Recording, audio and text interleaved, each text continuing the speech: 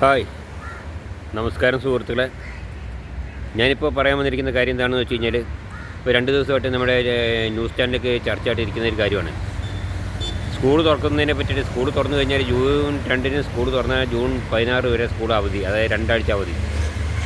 അത് നമ്മുടെ മന്ത്രി വി ശിവൻകുട്ടി, വിദ്യാഭ്യാസ മന്ത്രി, അദ്ദേഹം തീരുമാനിച്ചൊരു കാര്യമാണ്. അദ്ദേഹം ഇറക്കിയൊരു പ്രസ്താവന. കാരണം എന്താണെന്ന് വെച്ച് കഴിഞ്ഞാൽ, ജൂൺ 2 മുതൽ ജൂൺ 16 വരെ 2 ആഴ്ച സ്കൂളില്ല, എന്നാൽ സ്കൂളില്ല, സ്കൂളിന് ലീവാണ്, എന്നാൽ സ്കൂളിൽ പിന്നെ ക്ലാസ് ഉണ്ട്.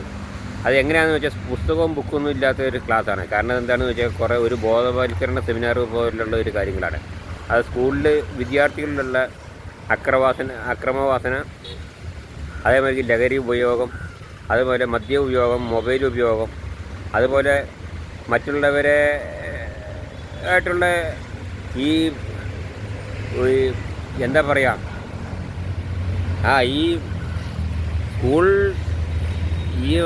റാങ്കിങ്ങും റാങ്കിങ്ങൊക്കെ നടക്കുന്ന സമയമാണ്. അപ്പോൾ അങ്ങനെയൊക്കെ വരുമ്പോൾ ഈ പൊതുവെ ബോധവൽക്കരണം നടത്താനായിട്ടും അക്രമവാസന അതേപോലുള്ള കാര്യങ്ങൾ ഇല്ലാതാക്കാനും ഒക്കെ ഉള്ളൊരു ക്ലാസ്സാണ്.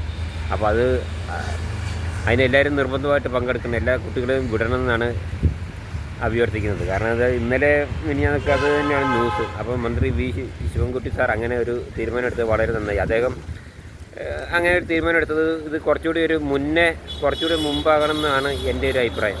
കാരണം എന്താണെന്ന് വെച്ചാൽ, ഇത് ഇപ്പോഴത്തെ വർദ്ധിച്ചു വരുന്ന കുട്ടികളിൽ വരുന്ന ക്രിമിനലുകളിലൊക്കെ ഇറങ്ങിയിട്ടുള്ള ഒരു കാര്യമാണ്. ക്രിമിനലുകൾ എന്ന് പറഞ്ഞു കഴിഞ്ഞാൽ, ഈ ക്രിമിനലുകൾ അധികം കോളേജിൽ പഠിക്കുന്നതും സ്കൂളിൽ പഠിക്കുന്നതുമായ കുട്ടികളാണ്.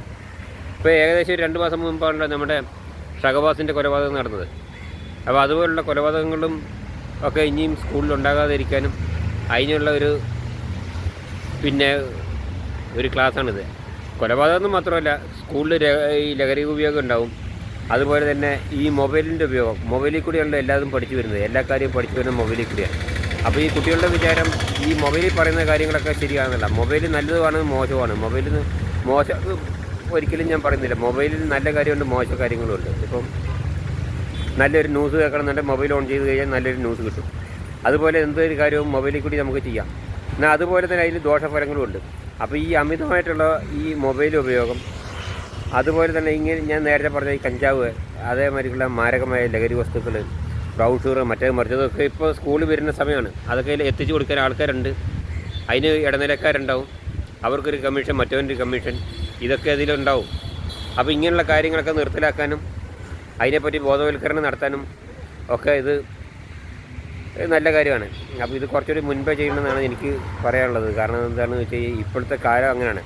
10-15 കൊല്ലം 20 കൊല്ലം മുൻപ് നമുക്ക് പേടിക്കേണ്ട കാര്യം ഉണ്ടായിരുന്നില്ല. എന്നാൽ ഇപ്പോൾ നമുക്ക് റോഡിലിറങ്ങി നടക്കണമെങ്കിൽ പേടിക്കും.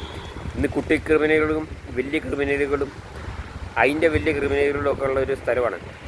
അപ്പം എന്താണെന്ന് വെച്ച് കഴിഞ്ഞാൽ, ഇപ്പോൾ ഈ സ്കൂളിൽ തന്നെ ചിലപ്പോൾ മോഷണം നടക്കാം ഒക്കെ സാധ്യതയുണ്ട്. കാരണം ഇന്നത്തെ കാലം അങ്ങനെയാണ്. വീട്ടിൽ നിന്ന് അപ്പനും അമ്മയും അറിയാതെ പൈസ എടുത്ത് പോകുന്ന കുട്ടികളുണ്ട്. എന്നിട്ട് ചിലവാക്കുന്നത് ധാരാളം ദൂരത്തടിക്കുന്ന ചിലവ്.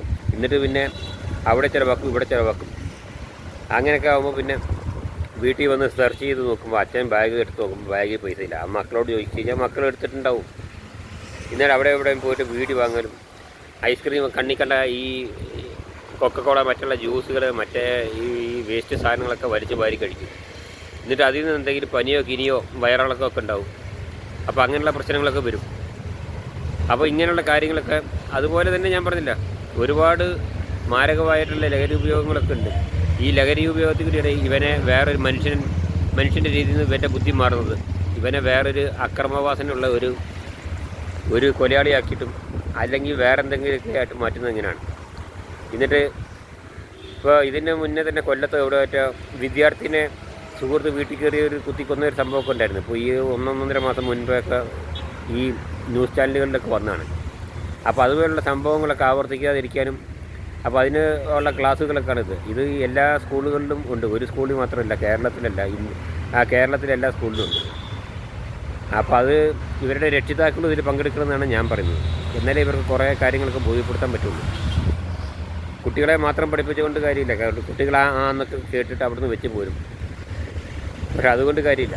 ഇവരും കൂടി ഇതിന് നേതൃത്വം നൽകണം. ഈ മാതാപിതാക്കൾ, എല്ലാ കുട്ടികളുടെയും രക്ഷിതാക്കൾ വന്നിട്ട് സ്കൂളിൽ ഇത് ഈ പരിപാടി എടുത്തിട്ട് അതനുസരിച്ച് കുട്ടികളെ മുന്നോട്ട് നടത്തണം എന്നാണ് എനിക്ക് പറയാനുള്ളത്.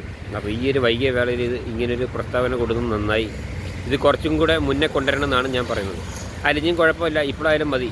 അതിൽ ഞാൻ പറഞ്ഞെന്നുള്ളൂ എൻ്റെ ഒരു അഭിപ്രായം. അപ്പോൾ ശരി, എല്ലാവർക്കും ഓക്കെ, നന്ദി, നമസ്കാരം. ഈ വീഡിയോ ഷെയർ ചെയ്യാൻ മറക്കരുത്, ലൈക്ക് ചെയ്യാൻ മറക്കരുത്.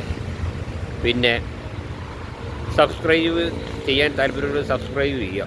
അതുപോലെ തന്നെ ഇത് കമൻറ്റ് ചെയ്യേണ്ടവർക്ക് കമൻറ്റ് ചെയ്യുക, അല്ലാത്തവർക്ക് കമൻറ്റ് ചെയ്യണമെന്നൊന്നുമില്ല, നിർബന്ധമില്ല. പക്ഷേ ഈ 2 കാര്യങ്ങൾ ചെയ്യുക, ആർക്കെങ്കിലും ഇത് ഉപകാരപ്പെടും. കാരണം ഇങ്ങനെയുള്ള വീഡിയോകളൊന്നും അധികം ആരും ചെയ്യൂല. എന്നാൽ ശരി, ഓക്കെ. ഇത് പറയാനായിട്ട് ഞാൻ വിളിച്ചത്. ഓക്കെ, ഈ ഒരു വീഡിയോ ചെയ്യാൻ കാരണം